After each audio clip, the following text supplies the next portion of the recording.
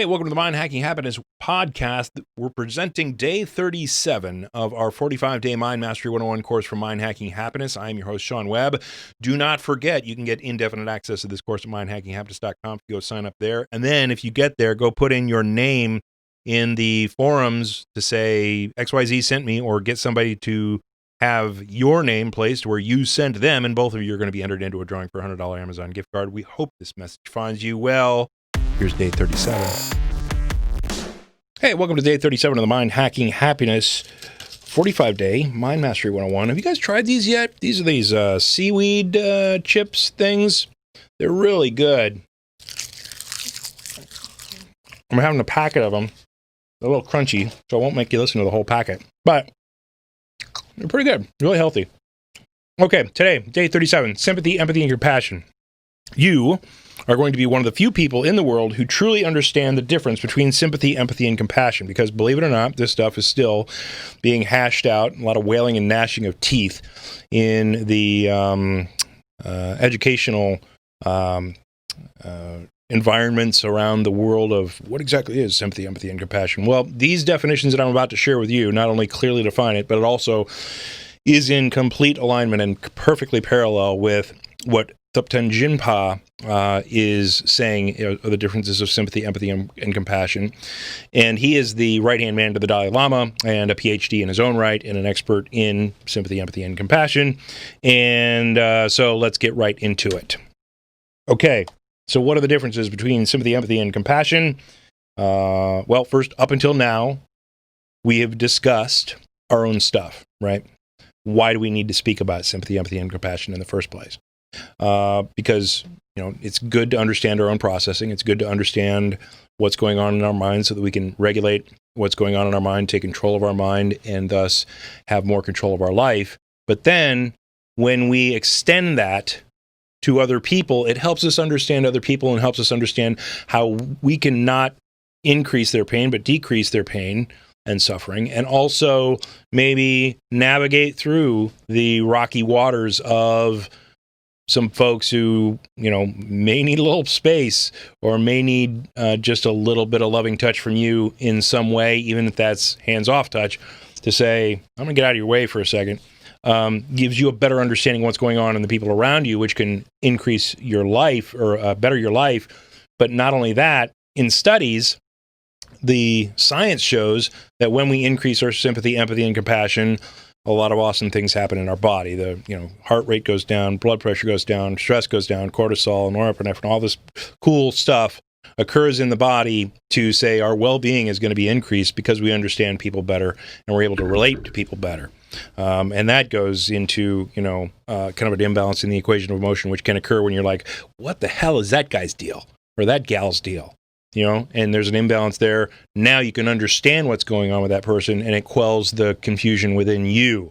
So there's a lot of selfish reason to increase our sympathy, empathy, and compassion. But when we do, man, doesn't that make the world a better place? Yes, it does. So we get better as a bonus, and it helps us help others, which is awesome. So here are the differences. Sympathy can be easily explained as, I understand your pain. And this is the understanding that someone is in pain, that there's some kind of a situation that they're dealing with, either emotionally or physically or health-wise or whatever it is. I have sympathy for you. I understand that there's an issue. And now we can take that a step further with our granular focus and say, okay, I understand maybe what your expectation or preference is associated with this thing, connect with yourself. And I understand what your probable perception is regarding that. Otherwise, you wouldn't be angry, fearful, sad, whatever it is with the situation. So now you can understand the people around you to a more granular level, to a finer detail, and understand exactly what it is that's moving in their mind to create their situation. And that's what sympathy is. It's an I understand your pain. Empathy is a step further. It's an I feel your pain. Okay? So this is where you can take the I understand your pain, and then you can lay it onto your own map in some way, into your own equation of emotion in some way, where you can relate to that person. You can imagine what it would be like to be in their situation, or you can relate by saying, okay, I'm going to run that same type of perception situation that they're feeling on something that's on my self map. Now I'm engaging my emotional processing. Now I'm getting a little bit of an emotional output. I can feel your pain associated with your loss, or somebody's attacking you, or there's a fear or worry response or whatever it is. Now I can feel your pain because I can imagine what it would be like to be in your situation, or I can imagine being in a similar situation. And that's the difference between sympathy and empathy. Sympathy is, I understand your pain. Empathy is, hey, I'm going to take that on a little bit so I can help feel your pain so that I can understand a little bit better.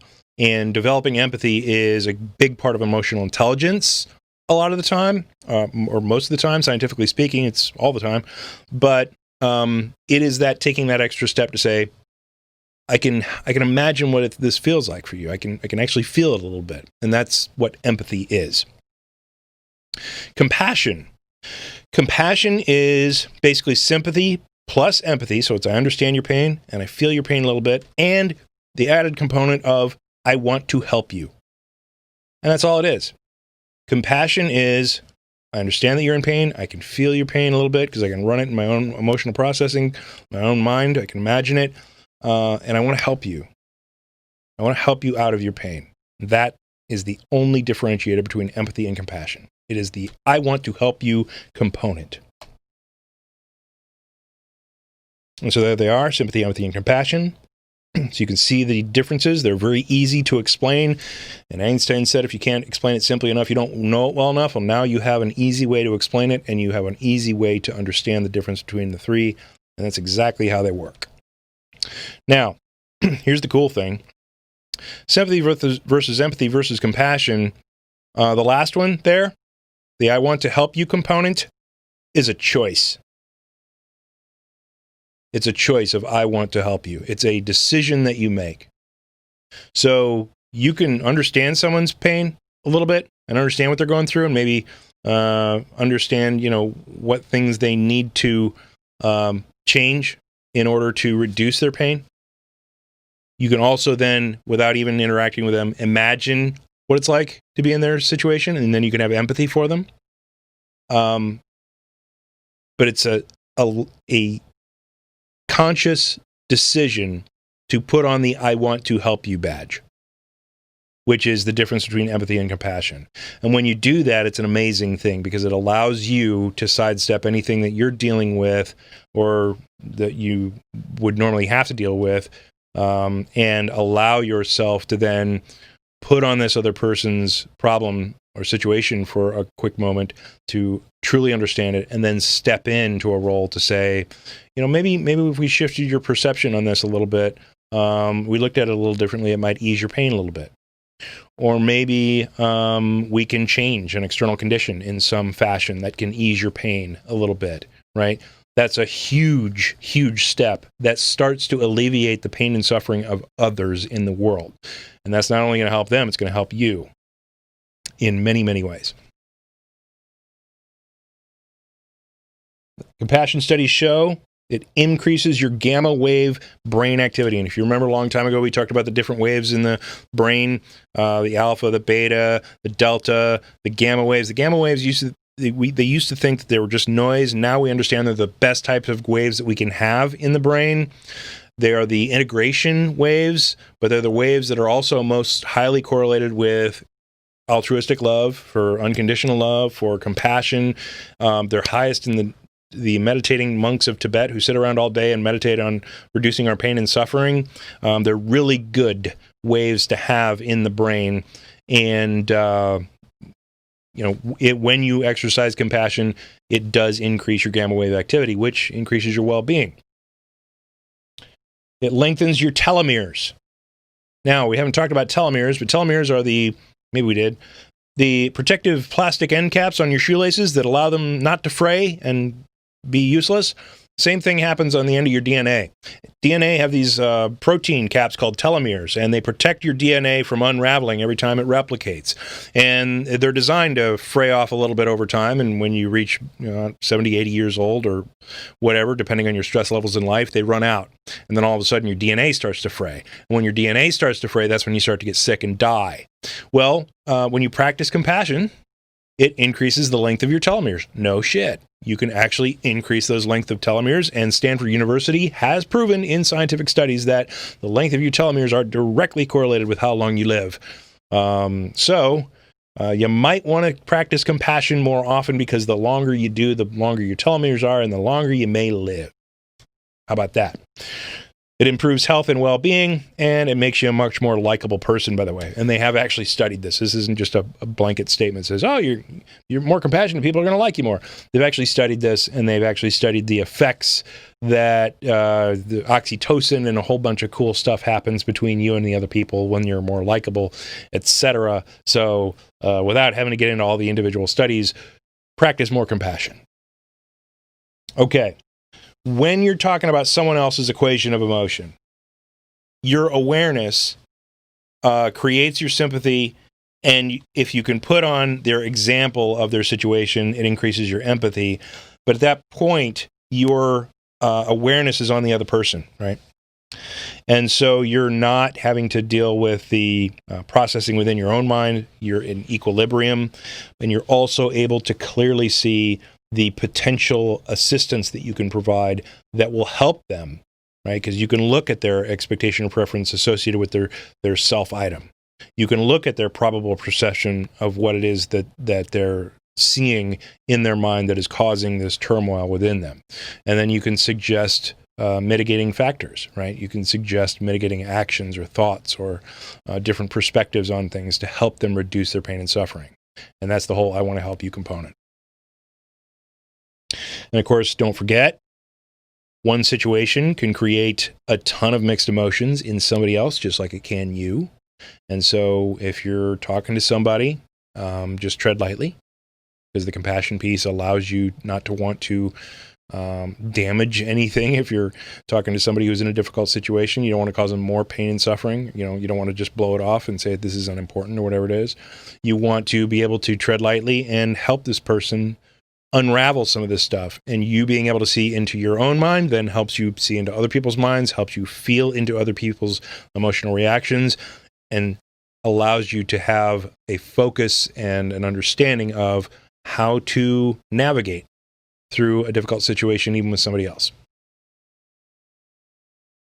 Increasing your sympathy and empathy increases your emotional intelligence, and it becomes stronger with plasticity over time. Homework. If you want to help someone, if you're in that I want to help you phase, suggest this program to that someone or to everyone. I'm hoping by now you're starting to see the benefits of the Mind Mastery 101 program and how much it's helping you see into your mind and how much more even keel you are now that you're able to see into your mind. And now that you can start to see into other people's minds and see their difficulty, it will, be nice if you step in to try to help them with things, but it's also going to be more powerful and more helpful if you allow them to see into their own mind. And rather than you becoming the master of teaching Mind Mastery 101, just tell them to come over here and take this course and become part of this crowd that we're creating who are masters of their mind. Okay. In addition, I want you to meditate for 15 minutes. So take some time for yourself today to calm your mind, quiet your thoughts, and to set an alarm or get your application going and meditate for some time today, because we're strengthening our meta-awareness muscles, right? We're practicing, we're getting better over time through plasticity. We have to do these exercises to make that change stick, right? Okay. That is all for today. I hope things are well for you guys. Talk to you tomorrow.